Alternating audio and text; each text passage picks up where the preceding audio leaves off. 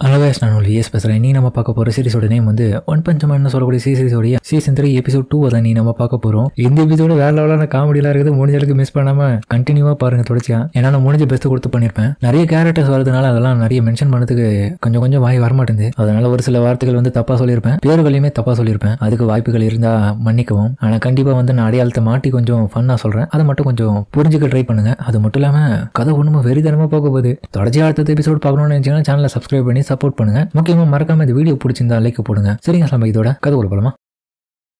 இப்போ சிட்டிக்குள்ள மக்கள் எல்லாருமே வந்து மான்சஸ் அசோசியேஷனுடைய அக்கிரமம் ரொம்ப அதிகமாயிடுச்சு. அதனால மனிதர்களால் வெளியே சுதந்திரமா சுத்த முடியாத நிலைமை ஆயிடுச்சு. எக்காரந்த கொண்டு இதுக்கப்புறம் வந்து ஹீரோ அசோசியேஷன் மூலியமா எந்த ஒரு பிரயோஜனமும் இல்லைன்னு சொல்லிட்டு மான்சர்கிட்ட சரணடைகிறதுக்காக ஒரு அசோசியேஷனை இப்போ கிரியேட் பண்ணிட்டானுங்க. ஹியூமனிட்டியால எப்பவுமே மான்சஸை எதிர்த்து போராட முடியாது. நம்ம எல்லாருமே சாக போறோம். அவங்க எதிர்த்து வின் பண்றதுக்கு வாய்ப்பே இல்லை. இதுக்கான ஒரே ஒரு சொல்யூஷன் ரெகுலரா வந்து நம்ம மான்சஸ் கிட்ட மனிதர்களை சாக்ரிஃபைஸ் பண்றதுக்கான ஒரு ஆஃபரிங் பேசுறது மட்டும்தான். அதனால நமக்குள்ள வந்து கலந்துக்கிறவங்க எல்லாருமே வந்து கலந்துக்கோங்க சொல்லிட்டு அனௌன்ஸ்மெண்ட் கொடுத்துக்கினே ஆரம்பம் பண்ணி மக்கள் ஒரு குரூப்பா போயிட்டு இருக்கானுங்க. அப்ப அங்கேயே பார்த்தா ஒருத்தன், முட்டாள்களா வாய முடுக்கடா, நீங்க சாவதா போய் சாவுகடா, எதுக்கட தேவையில்லாம வேலைக்கு வரவங்கள கூப்பிட்டு வச்சு மாத்திஸ் கிட்ட போயிட்டு சாவது கூப்பிடுறீங்க. யார் அவன்? அவனை பிடிங்க, விடாதீங்க, அவன் தான் நம்மளுடைய முதல் பலியாடு, அவன் நம்மளுடைய கூட்டத்துக்கு எதிராக பேசிட்டு இருக்கிறான், அந்த நாயை வெட்டி கொல்லுங்க அப்படின்ற மாதிரி ஆர்டர் கொடுக்குறான் ஒருத்தன். அதுக்காக ரெண்டு பேரும் வந்து அந்த இடத்துல அட்டாக் பண்றதுக்கு போறானுங்க. இதே சமயத்துல நம்ம காராவன் பார்த்தா அந்த இடத்துக்கு போயிட்டு இருக்கான். அவன் ஒரு காலம் வர அந்த ஒரு சமயத்துல தான் இவனுக்கு ரெண்டு பேரும் அந்த பயப்பலியை போட்டு அடிக்கிறதுக்காக வருவானுங்க. இவன் டக்குன்னு உள்ள போந்து அடிச்சு ரெண்டு பேரும் நாக் அவுட் பண்ணிடுவான். முட்டாள்களா, மான்சஸ் கிட்ட சாக்ரிஃபைஸ் பண்றதுக்காக மனிதர்களை எத்தனை போய் ஓட போறீங்களா?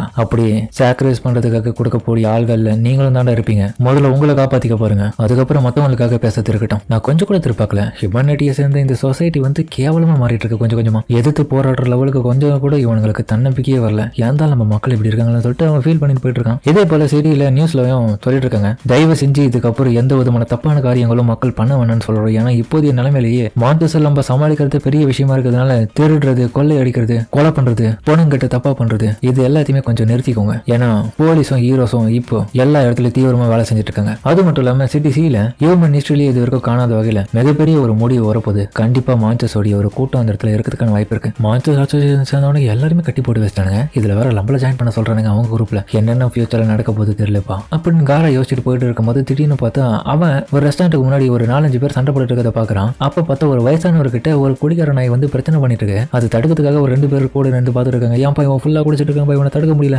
எவனாச்சும் என் கிட்ட வந்து கொண்டு வேண்டாம், மான்சஸை கொல்றதுக்காகவே போறத வேண்டாம், நான் எப்படிப்பட்ட மான்சரா இருந்தாலும் அதை தூக்கி சொறி விடுவேன்ற மாதிரி அந்த குடிகார நாய் சொல்லிட்டு இருக்கு. ஆனா அந்த டைம் வந்து காரோ கிட்ட போயிட்டு, டேய் தம்பி, எதுக்கு வழியை நீ பிளாக் பண்ணிட்டு இருக்க? நான் கடைக்குள்ள போய் சாப்பிடலான்னு பார்த்துட்டு இருக்கேன். உனக்கு பிரச்சனை என்ன? நான் அப்படிதான் தடுத்து நிறுத்துவேன். உனக்கு வேணும்னா நீ சுத்தி போ, அப்படின்னா வேற இடத்துல கடைக்கு போய் சாப்பிட்றா அப்படின்ற மாதிரி கிட்ட வந்து அட்டாக் பண்ணுவான். டக்குன்னு அவன் கிட்ட இருக்கிற அந்த நைஃபியை வாங்கி அவன் கண்ணிலேயே பயத்தை காமிச்சிருவான் பாருங்க. கொஞ்ச நேரத்துல தேவையில்லாம என்கிட்ட பிரச்சனை பண்ணாத, கொன்னுடுவேன் அப்படின்னு பயமுத்துருவான். சை, மான்சர் அசோசியேஷன் பண்ற அளப்பற பத்தாதுன்னு இந்த பொடுசுங்கெல்லாம் சின்ன சின்ன சில்லற விஷயங்களை பண்ணி வெறுப்பேத்திட்டு இருக்குங்க. ஆனா இப்ப எனக்கு பசிக்குதுன்ற மாதிரி அதுக்கப்புறம் அவன் உள்ள போயிட்டு சாப்பாடு ஆர்டர் பண்ணி சாப்பிட ஆரம்பிக்கிறான் பாருங்க. ஏதோ ரொம்ப நாள் பட்னியில இருந்து இப்ப சாப்பிடுற மாதிரி போட்டு சாப்பாடு வெளுத்து கட்டிட்டு இருக்காங்க. ரொம்ப பிடிச்சிருக்கனால இன்னமும் போட்டு ஆர்டர் பண்ணிட்டு இருக்கான். அங்க இருக்கவங்க ஷாக்கா வராங்க, இவன் எப்படி துண்ணுட்டு இருக்கான், பஞ்சத்துக்கு அடிபட்டவனா இவன் அப்படின்ற மாதிரி பாத்துட்டு இருக்காங்க. காரை ஓட்டு மொத்தமா சாப்பாடு எடுத்து உள்ள போட்டு அமுத்தி வைக்கிறான். அது தொண்டையில போய் அடிச்சுக்கிட்டு வச்சோம். அதுக்கப்புறம் தண்ணி எடுத்து குடிக்கிறான் பாருங்க. அதுக்கப்புறம் தலைவன் வந்து தாமலை இருந்த அந்த அடியெல்லாம் போயிடுச்சுன்னு சொல்லிட்டு அடிப்பட்டு கட்டு எல்லாம் எடுக்கிறான். இன்னொரு பக்கம் நம்ம ஹீரோவை பார்த்தா அதே ரெஸ்டாரண்ட்ல உட்காந்து சாப்பிட்டு இருக்கான். சாப்பிட்டாச்சு, சரி சாப்பிட்டு காசை வச்சுட்டு கிளம்பிடுன்ற மாதிரி ஹீரோவோ பர்ஸை தேடுவான். பர்ஸே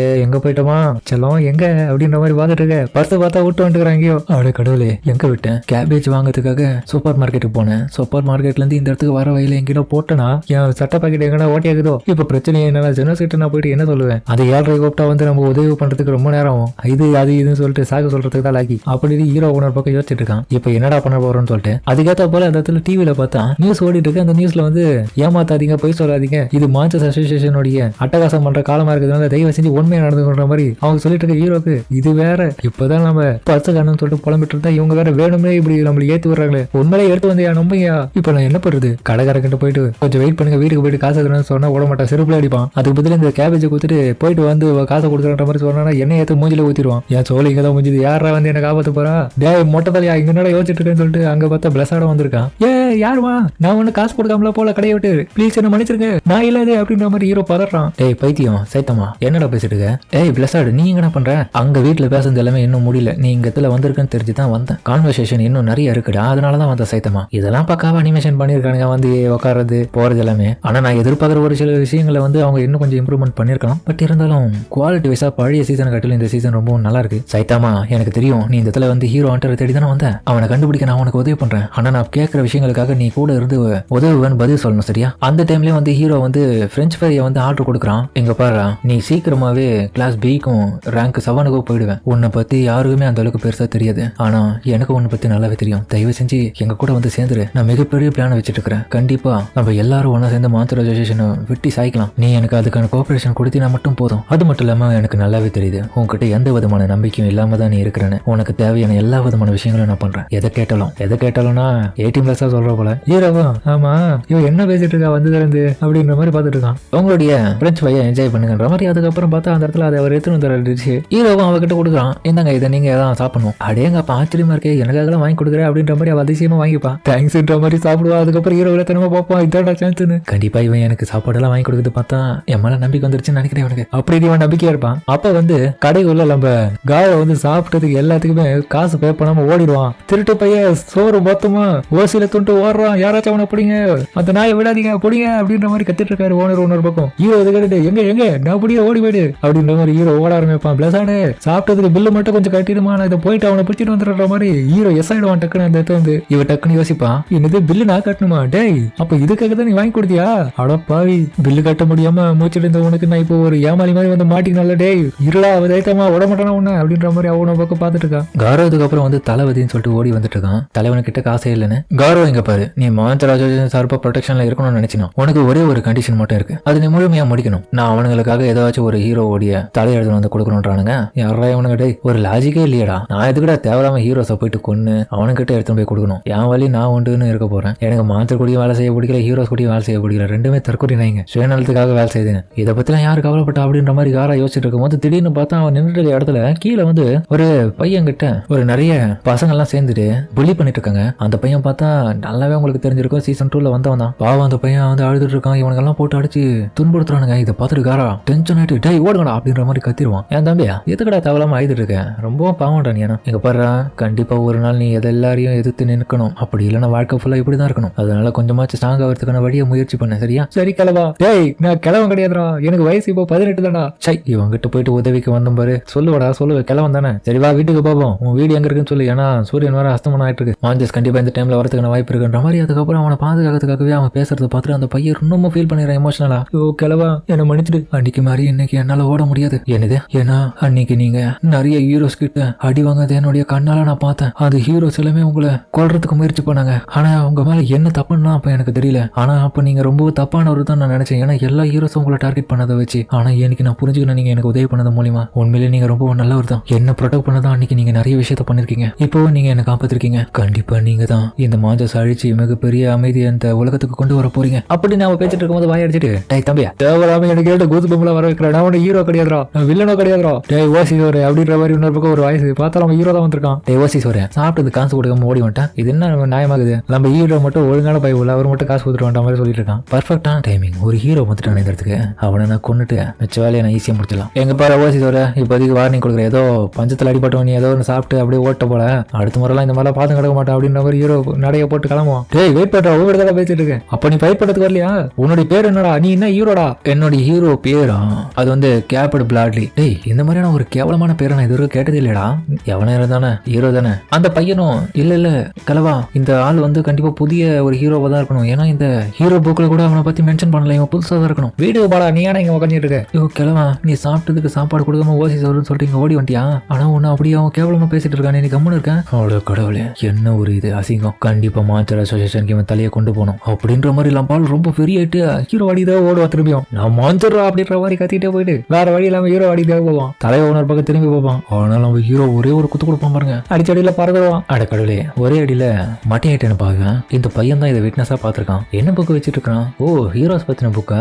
அதை கூட நான் பாக்குற மாதிரி அதை வாங்கி பாக்குறான். அட கடவுளே நம்மளை பத்தி ஒருத்தன் கூட இதுல மென்ஷன் பண்ணலடா. என்னடா ஆளுங்க நீங்க போடா, நான் தான் தனிமையோடைய மெயின் கேரக்டர், என்ன இப்படி பண்ணிக்கலான்னு சொல்லிட்டு அவன் ஹீரோ அதை பத்தி பெருசா எடுத்துக்காம போயிடுவான். இந்த பையன் யார் இவன், உண்மையிலே ஹீரோ தானா அப்படின்ற மாதிரி பார்த்துருக்கான். அட கடவுளே இவரை மறந்துட்டேன். ஐயோ கேவா ஏஞ்சிக்கையா என்னையா பண்ணிட்டு இருக்க? காரா பார்த்தா அதுக்கப்புறம் கொஞ்ச நேரத்திலே கண் முடிச்சிருவான். நீங்க நல்லா தானே இருக்கீங்க? அந்த ஹீரோ எப்பயும் இந்த இடத்த விட்டு ஓடிட்டானா? அவன் எந்த மாதிரியான ஹீரோ அதை பாத்தியா? அவன் கிட்ட எதனா கேட்டு விசாரிச்சியா? எனக்கு எதுவும் தெரியல. ஆனா அவன் உங்களுடைய முகத்துல ஒரே ஒரு தான் அடி அடிச்சான். காரோ இங்க என்னடா நடந்துட்டு இருக்கு அப்படின்ற மாதிரி இவனை ஸ்பை வேலை பார்க்கறதுக்காக கூட அமைச்சு வச்சு ஆளுங்க அந்த இடத்துக்கு வந்துட்டானுங்க. மான்சர் அசோசியேஷன்ல இருந்து முழு நேரமா வாட்ச் பண்ணிட்டு இருக்கோம். ஆனா உன்னுடைய செயல் கொஞ்சம் கூட சரியில்லை காரோ. நீ மான்சர் அசோசியேஷனுக்கு இருக்கிறதுக்கு லாய்க்கு இல்லாத ஒரு நாய். இவன் சொல்றது சரிதான். மான்சர் ஆகிறதுக்கான குவாலிட்டி உங்ககிட்ட எதுவும் கிடையாதுடா. ஏய் குட்டி பையா ஓடுற வீட்டுக்கு அன்னைக்கு மாதிரி என்னால எதுவும் பண்ண முடியாதுன்ற மாதிரி என்னோட பக்கம் வந்து பார்த்துட்டே இருப்பான். இவனோட பக்கம் பயத்துல நினைக்கிட்டே இருப்பான். நான் இது வரைக்கும் இந்த மாதிரியான விஷயங்களை படிச்சிருக்கேன் இந்த புக்ல. இவன் தான் கிங் ஆஃப் தி ரீப்பர். அதுல இவன் பல சின்ன பசங்களை கொண்டு இருக்கான். இவன் தான் கிங் ஆஃப் தி ரீப்பர் சொல்லிட்டு அவன் பதறிட்டு இருக்கான். டேய் எதுக்கடா கத்துட்டு இருக்க? ஓடுறா இங்க இந்த வீட்டுக்கு. அழாதரா. ஓ காரோ உன்னுடைய சின்ன ஃப்ரெண்டா அவன்? டேய் நான் இங்க உன்கிட்ட மட்டும் தான் பேசிட்டு இருக்கேன். அந்த பையன் கிட்ட எல்லாம் பேசாத. ஆனா என்ன மன்னிச்சிடு. இந்த மாதிரியான அழுவுற பசங்களை தான் எனக்கு ரொம்பவும் பிடிக்கும். கண்டிப்பா அவன் எனக்கு தான். காரோ உன்னோட பக்கம் தம்பி இக்காரனை கொண்டு ஓடிடாத, என் குடியேறு இல்லைன்னா செத்துருவேன். என்னோட பக்கம் வந்து நம்ம தலைவன் ஒத்த கண்ணனும் எங்க அவருடைய ரூம்ல உட்காந்து கண்காணிப்புல இருக்காரு தலைவர். சார் உங்ககிட்ட ஒரு கேள்வி கேட்கணும் அப்படின்னு நம்ம காராவை காப்பாற்றணும்னு அந்த வந்திருக்கான். டேய் நான் மானிட்டரிங் பண்ணிட்டு இருக்கும் போது என்ன வந்து டிஸ்டர்ப் பண்ணாதுன்னு பல முறை சொல்லியிருக்கேன். என்ன விஷயம்? எதுக்காக நீங்க கிங் ஆஃப் தி ரீப்பரையும் அப்படி இன்செர்ட் கார்டியும் அமைச்சிருக்கீங்க கூட? அப்சர்வேஷனுக்காகனா கொஞ்சம் நீங்க பார்த்து சரியான ஆளா அமைச்சிருக்கலாம். எனக்கு ஆச்சரியமா இருக்கு. எதுக்காக நீ இப்படி சொல்லிட்டு இருக்க? அவன் சாதாரண ஹியூமன்ரா. இல்ல சார் ஒண்ணுமே சொல்ல போனா அவனுக்கு ரெண்டு பேரும் உங்களுடைய ஆர்டர்ஸை ஃபாலோ பண்ண மாட்டானுங்க. அவனுக்கு என்ன தோணுதோ தான் களத்துல இறங்கி பார்ப்பானுங்க. நீங்க கேட்கற மாதிரி கேட்டுட்டு போயிட்டு காரோ அதுக்கப்புறம் அந்த இடத்துல அவனுக்கு கொல்லணுன்ற பிளான்ல போயிட்டு கொல்லணும்னு நினைச்சாங்கன்னா உங்களால எதுவும் பண்ண முடியாது. டேய் நீ கவலைப்படாத. காரோ மூலியமா எனக்கு ஒரு ரிமோட் கண்ட்ரோல் மாதிரியான ஒரு விஷயம் இருக்கு. அவனுடைய growth கொஞ்சம் கொஞ்சமா நான் பார்த்து நான் மாத்துவேன். எப்படி? கவலைப்படாத. அவனுடைய பாடி மைண்ட் எல்லாமே நமக்கு எல்லாமே தெரியும். நீங்க காரோ வச்சு என்ன பண்றதா பெரிய பிளான் பண்ணிக்கிறீங்க? கியூரியஸா இருக்கியா?